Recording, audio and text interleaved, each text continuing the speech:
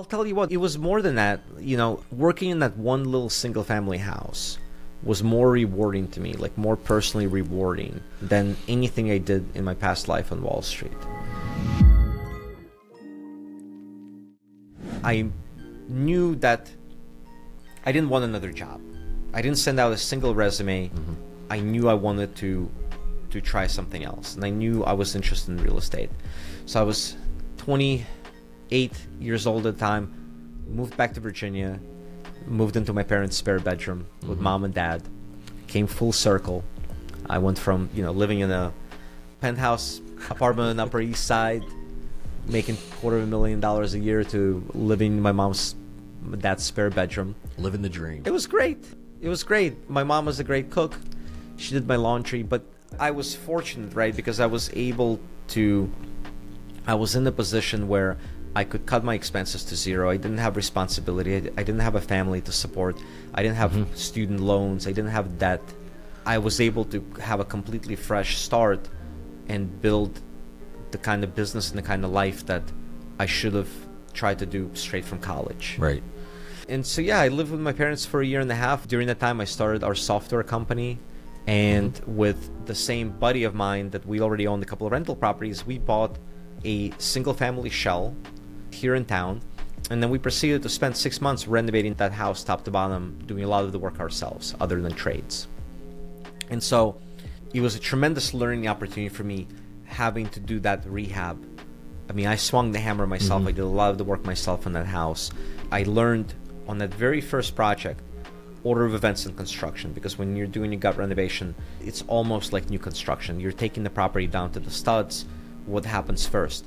Plumbing, HVAC, electrical, insulation, drywall, paint, cabinets, flooring, etc. I learned how to talk to subcontractors, how to get bids, how to get multiple bids. I learned what things should cost.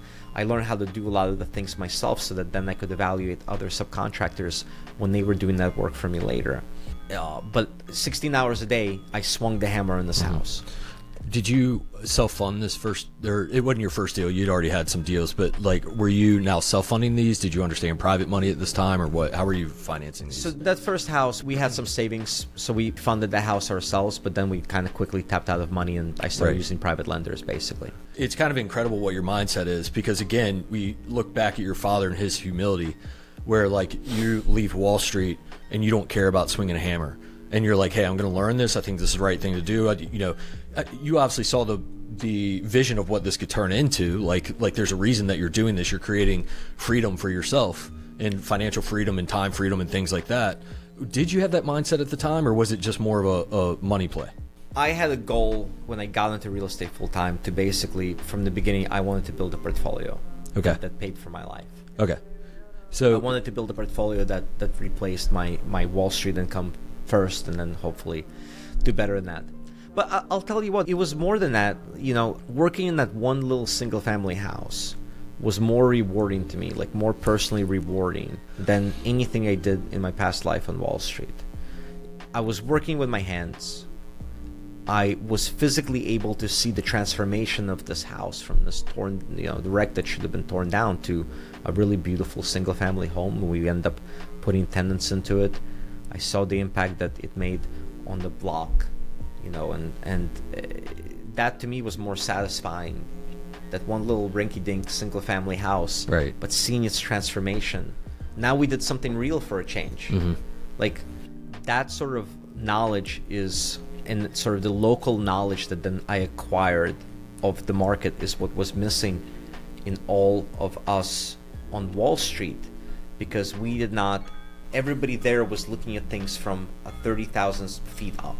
They didn't, they didn't understand that. Wait a minute, that house sold for $300,000. A year ago, it sold for $210,000. It's not worth anything close to that. Nobody there had that understanding. As soon as you get down on the ground with us little people, you start to understand where the value is, where things are overpriced. But even beyond that, just seeing the physical transformation of this house and the next house was incredibly rewarding to me.